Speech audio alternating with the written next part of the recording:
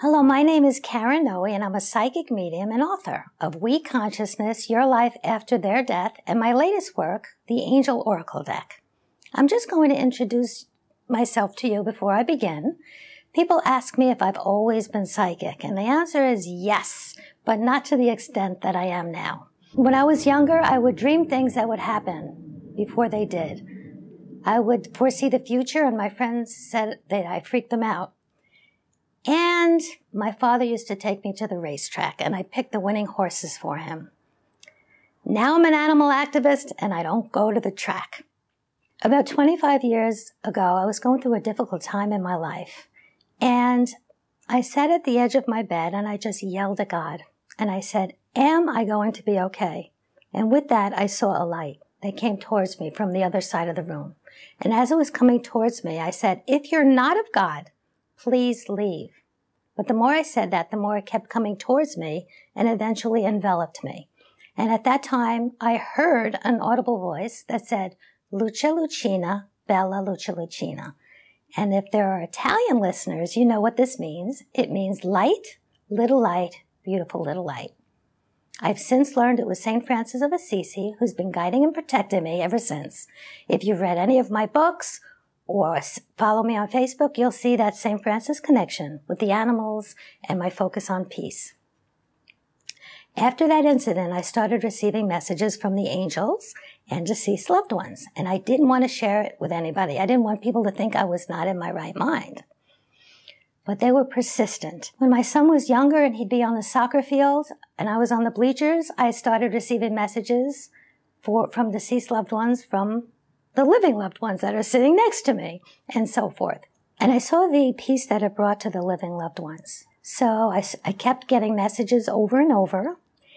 And eventually I said, you know what? Let me do this professionally. So I started practicing in the back of a hair salon. And I would do Reiki on my clients. And what Reiki is, it's energy healing.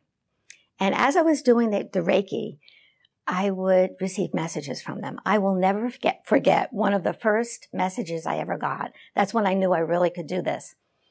I was doing the energy healing, and somebody was coming through named Robert. And he showed me a car. He died in a car accident. But then he showed me a kangaroo with boxing gloves on. And he just kept punching the air. The kangaroo kept punching the air.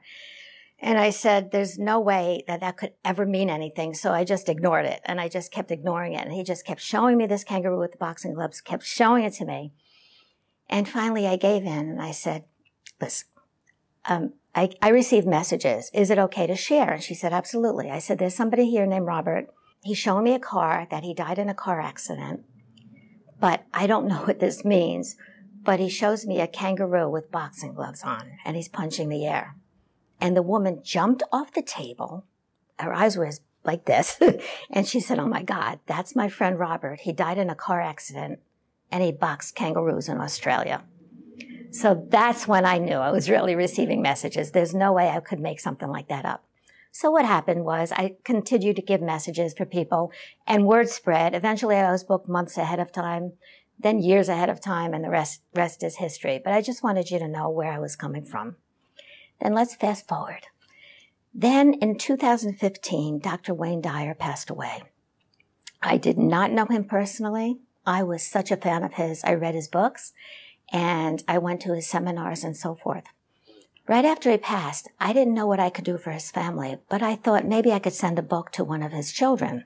So I had Serena Dyer's contact information. I had just had her on my radio show, the Angel Quest show, to promote her book, Don't Die With Your Music Still in You. So I got her email and I sent her an email and I said, Dear Serena, I'm so sorry to hear about your dad. Please know without a doubt that he's okay. Ask him to come to you in a dream and to wake you up after the dream so you remember it. Ask him to give you a without a doubt sign to let you know he's with you. Then be patient and wait, and the signs and the dreams will come when you least expect it. And I said, and I'd love to send you a copy of my book, Your Life After Their Death, A Medium's Guide to Healing After Loss, because I knew it would help her. And that was it. Press send. About 5 minutes later, I received an email back from Serena. She said she would love a copy of my book, so I sent it to her. Then I was scheduled to speak in Orlando, Florida, just 2 weeks after that. And the day before that, they were going to hold a tribute for Dr. Dyer, which was perfect. So the day before that, they had a bus for the Hay House authors and myself and Wayne Dyer's family going from the hotel to the conference center to the tribute. And I'm sitting on that bus, and there's only one seat available on the whole bus, and it was next to me. And in walked Serena Dyer, Wayne Dyer's daughter, and she sat next to me. Now you're going to see the synchronistic events that happened throughout this whole process. She sat down next to me, and I said, "Hi, Serena, I'm so sorry to hear about your dad. My name's Karen Noe." And she said, "Oh, Karen, I just got your book. Thank you so much." I said, "Oh, I hope it helps you." And I repeated what I said to her in the email. I said, "Make sure to ask for signs, ask him to come to you in a dream, wake you up after the dream," and so forth. I said, "Have you had any of these signs?" She said, "No, I didn't have any of the signs, but my sister Sage did." And she said, in the dream, her dad walked in the room, and Sage saw him, and she hugged him. And Sage said she actually felt him in the dream, and she felt his hairy arms. So I said, "Oh my God, that without a doubt is a real visitation from your dad." And that was it. That's all we spoke about at that particular time. Went to the tribute. It was wonderful. And then when the tribute was over, walked out, and I'm ready to walk on the bus to go back to the hotel. And as I'm walking back on the bus, I see my favorite Hay House authors walking onto the bus, as well as Wayne Dyer's family going there. And I couldn't go on it. I felt so insignificant because these are all my favorite authors and Wayne Dyer's family. So I said, I can't. I have to walk back. I'm not going on this bus. I'm walking back. So I'm walking back to the hotel room, and I'm saying to myself, I am so insignificant. I am so insignificant. And as I'm saying that, that's when I heard him for the first time. And he said, loudly and clearly, "Get out of your own way. Get out of your own way." And I said, "Wayne, is that you?" I said, "If that's you, you have to give me a sign." I continued to walk, and I said, "How may I serve? How may I serve?" And he said, "You're already serving." I said, "Fine. How may I serve more?" So I continued to walk back to the hotel room. And as I got back to the hotel room, I felt something very itchy inside of my shirt. So I reached in to see what it was, and there was a sticker that had somehow attached itself to the inside of my shirt. And on the sticker were the letters W-E. I thought that meant Wayne, first letter, last letter of his name. And I felt him, and he said, "Is that good enough?" Little did I know it meant so much more, but I was so excited. I have the sticker here. I don't know if you could see it, but that's it. Carry it around with me at all times. So I felt him. He was so happy that I heard him, and I was so happy I received messages from him, this without a doubt sign, and that was it. I went home. When I got home, Sage, his youngest daughter, contacted me via Facebook and told me about her dream, and we were going back and forth, and I said, "No, that's a true visitation from your dad. You felt him. You gave him a hug. That's really him." And she was so excited. And as we were going back and forth, all of a sudden, her dad started to come through. And I said, "Sage, your dad's starting to come through. Can I call you?" And she said, "Absolutely." So I gave her a call. And as I'm talking to her, he was saying things that no one would know. And a lot of them were personal messages. But I will share with you one thing. One of the things he said was, "Sage, when you're 30, you're going to be doing what I'm doing. Speaking in front of large groups of people, writing books. And not now. You're too young. You're too young." And she said, "You're right. He used to say that to me all the time." And let's fast forward. She's in her 30s now, and she wrote a book, and she's ready to go on tour. So pretty cool. He predicted all of this. So it was just going back and forth. And finally I said, "You know what, Sage? I have a center in Ramsey, New Jersey. I'm not there anymore, but at the time I was in Ramsey." I said, "If you would like to come for a healing, I do healing, and sometimes messages come, and if he comes through, that would be a plus." I said, "If you would like to do that." She was in Manhattan. I'm in New Jersey. It was about 35 minutes away. She said, "Absolutely." And then she contacted me again and said, "Can my sisters Sky and Serena come, and my mom, and they're in Florida. They'd love to fly in." I said, "Absolutely." So we booked an appointment for them. It was about a month and a half ahead of time because I had to move people around. As I told you before, I was very booked, but eventually I found somebody that would move their appointment. And that was it. Hung up the phone. And I said, Wayne, what did you get me into? I have been doing this for years, but I never gave messages for Wayne Dyer and his family. You better come through. So I was like, oh my God, you better come through. And I was just saying that over and over. So I went home and I went for a walk with my dog. And in my thoughts, I'm saying, Wayne, you better come through. And that's when I heard him for the first time on my walks. And he said, I'm here. So he started to come through loud and clear. And he was so excited to talk about the afterlife and so excited to talk about the we consciousness. We, that's what was on my sticker, the W-E. So it happened.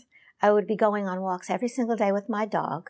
And as I'm going on the walks, I took my phone and he'd be coming through with messages every single day. He told me in the beginning he was going to be giving messages just for his family. And then he was going to be joining forces with a group consciousness called the We Guides. And when he came through with the We Guides, it would be hard to differentiate him from everyone else because it would be coming through as a group consciousness. It would be angels, ascended masters, St. Francis of Assisi, himself, and so forth. He would be coming through singularly for his family so that people would know without a doubt that it was truly him coming through. So that when he did come through in the group consciousness, people would listen with this very important message of peace and love at this time on earth. So it was time for the day of the appointment, as I'm driving to the appointment, a car cuts me off, and on the license plate it said Dyer 1 on it. So I knew he was going to come through that day. So I was so excited, I went to reach for my cell phone, got my cell phone, and I'm trying to take a picture of it. Did you ever try to take a picture when you're in a car? Doesn't work. It's all blurry. So anyway, so I got to the center and I meditated before the Dyers got there. And then eventually they came and they walked in. The first thing they did, they went into the bathroom. Now, if you see my personality, I'm quiet, kind of shy, and so forth. And I'm trying to make a good impression on the Dyers. They're in the bathroom, I don't know, 5 minutes, and Wayne started coming through, and he said, tell him to get out of there, tell him to hurry up. And I said, I can't do that. And he said, tell him to hurry up. I said, oh my God. So I went in, I knocked on the door, I said, I'm really sorry, but your husband's coming through, and he's saying, hurry up, hurry up, hurry up. And he just like came through me. And all of a sudden I was Wayne and I started speaking loudly and clearly and, telling them to hurry up. And they knew without a doubt it was him because I don't speak this way. When they sat down, he spoke to each of them the way he spoke to them when he was here in a physical body. He spoke to Serena very loudly and he spoke to Sky in a very soft spoken way. He spoke to his wife in a different way and Sage as well. And he gave them all specific messages that only they would know. Too many to share today and many too personal. But I'll tell you that they wanted him to say certain things when they were in the car. When they were coming to see me, they said, if you're really coming through, you have to mention this, this, and this. And he did come through with those messages.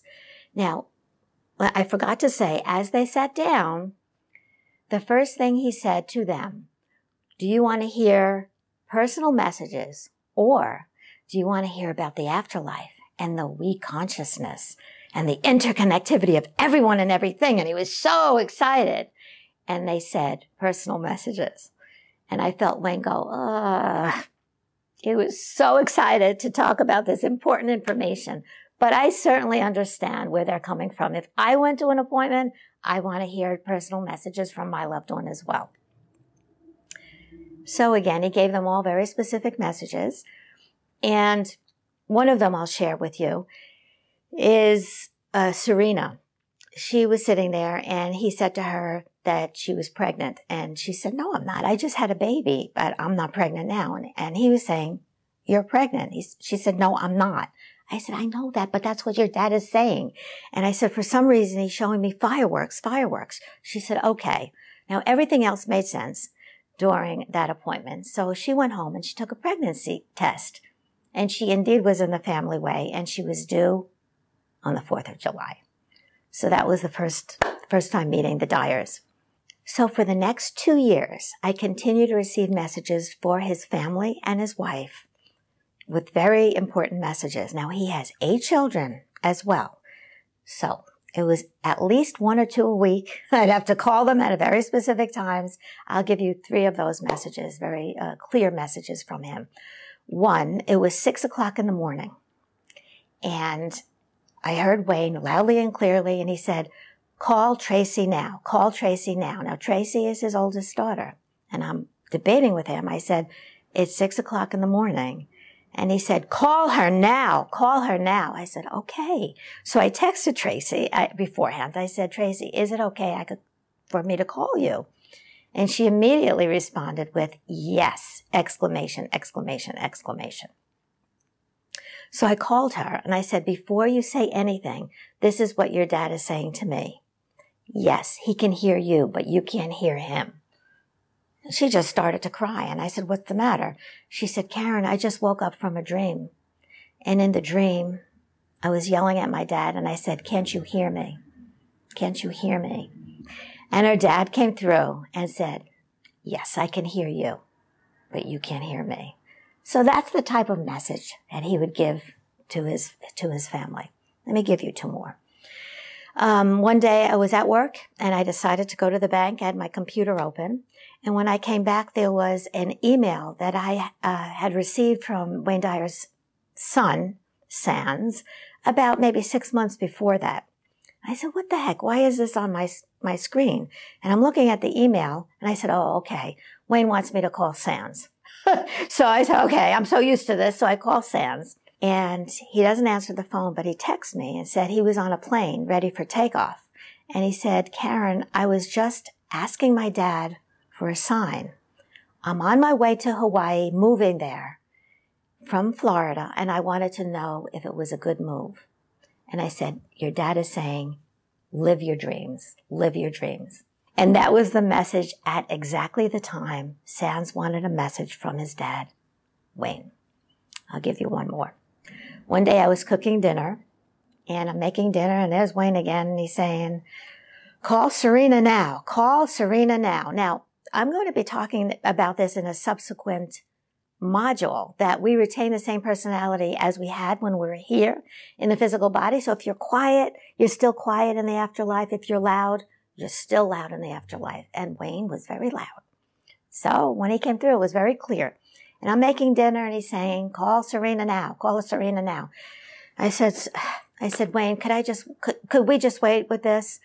I'm making dinner. Call her now. Call her now." I said, "Oh, okay." So I call her, and she's not answering the phone. So I call her sister, Sage. And I said, "Sage, what's going on? Your dad wanted me to call Serena. Is something important going on?" She said, "Yeah, I'm in the delivery room with my sister, Serena. She's ready to give birth."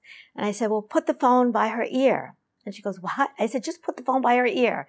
And her dad came through and said, "Daddy's here. Daddy's here." And Serena said, "Whoa." And she's like, "Hi, Dad," but it was exactly at the right time. During that time, when I was receiving messages for his family, he was continuing to come through with messages about the we consciousness. And what is the we consciousness? This is what it's all about. The we consciousness is the interconnectivity of everyone and everything, including all of life, all animals, all of nature's ascended masters, the angels, deceased loved ones, and most importantly, our connection with God. And whatever we do to ourselves or another, how it affects everyone. And he came through with the group consciousness with 33 concepts. So you're going to be receiving videos of each concept in your inbox. So be on the lookout for that. So I'd like to end this with messages, channeled messages directly from Wayne about the we consciousness, about the afterlife, and so forth. Now, when I receive messages, they're downloaded messages with my frame of reference. So they come to tell me what they want to tell me, and then I have to translate using the words that I use. So if sometimes it sounds like me, that's why. It's the way it works. So let me share with you some of these messages that are included in the we consciousness. The first one is, I said, "Wayne, what is the afterlife?" And this is how he responded. Where I am now is not the afterlife, but the continuation of life, without the restrictions of the physical body that bound me to the earth plane. 1 minute I was confined to a physical shell. The next I was free as I stepped into this pure state of infinite love. I'd yearned to reach this level of awareness for the last several years of my earthly existence, so I was surprised and delighted to achieve this goal in an instant. As I re-entered this familiar state of consciousness and arrived at my true place of origin, I was greeted by my loved ones, including my mother, and yes, my father too, and glorious celestial beings, eager to welcome me back home. I am elated that I can now be wherever I wish to be with a simple thought of a desired location anywhere in the universe. I am still aware and interested in what transpires on Earth, but I now comprehend that it is just a tiny speck in the totality of all of creation. Make sure to tell everyone that the same loving consciousness that you have called God really does exist. It is present within everything and everyone in the entire universe. This Spirit of God does not judge me or anyone else because it is all loving. On the other hand, I am now able to see how my actions, good and bad, have affected all those in my life, and I continue to grow and evolve. I am also able to see through my loved one's eyes to understand why they behaved in certain ways with no judgment. In this new place of reality, one always experiences pure joy and contentment. I continually bask in complete unconditional love, feeling my connection to the whole, while at the same time experiencing the freedom of doing whatever I wish to do and being wherever I desire to be. While on Earth, I was able to connect to millions of like minds who were yearning for the truth of which I spoke. To them, I am pleased to say that the essence of the teachings I gave when I was in the physical body has now been confirmed to be true. Also, please spread this message to everyone who will listen. We are all one in love. Everything else is an illusion. That's one of his messages. Another one, I asked him to explain concept 11. Here it is. Please help me to understand concept 11. At any particular time, the dominant vibration of the mass consciousness strongly affects what is happening in the world. Therefore, it is imperative that more people become aware of their connection to the whole and are at peace. And he said, when more and more events occur in the world that are not of a positive nature, it is because most do not remember that they are part of the whole. You'll be able to tell when the scale has tipped in that direction. The majority of the people will focus their energy on what's in it for me, disregarding how their actions are affecting others. The masses will act out angrily, becoming blind to the needs of others and indifferent to helping them. They will vote for those in power who are hostile and choose division over unity. Unless the scales shift back to the energy of love, this negativity will continue to harm the planet. At this time, those who remember they are one with all must step forward to remind those who've forgotten. As more people begin to recall their connection to others and live in a more positive way, the vibration of the entire planet will be raised, and peace will dominate the world. Okay? And page 134, I have one. He used to always say, I am, and I asked him a question about that. So this is me asking him. When you are in the physical body, you often use the words I am to define who one is and one is capable of achieving as a holy expression for the name of God and the highest aspect of oneself. Yet on my daily walks, you told me it's not I am, it's we are. Can you explain what you meant? And he said, I now see that I am implies that you are not, isolating you from the whole.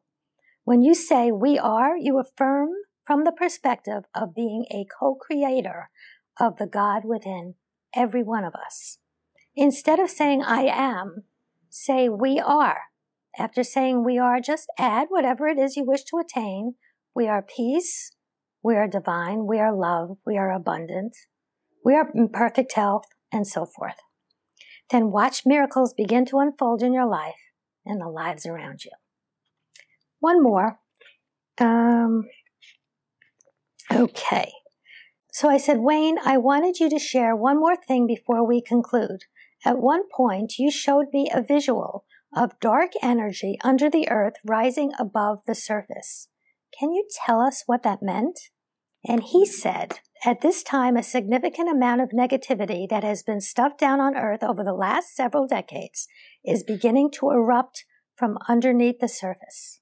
Do not be fearful, because this is necessary for the commencement of a thorough cleansing of the darkness with the light. Be thankful, because the planet is now rising to a new level of consciousness. While many will join forces with the darkness, an even larger number of others will become aligned with the energy of the we consciousness to heal the planet. Each individual will make the choice as to which direction to take. Make sure to choose wisely and become a channel of peace. Allow the God force that is within you to shine through. And then I said, thank you for dedicating your time to coming through for us. It's been such a wonderful experience. Is there anything else you wish to add here? And he said, yes. Just tell everyone to keep my teachings alive and to spread my newfound wisdom. I will be guiding all who wish to continue in my path. I am alive and well. There is no death. And that's it for today.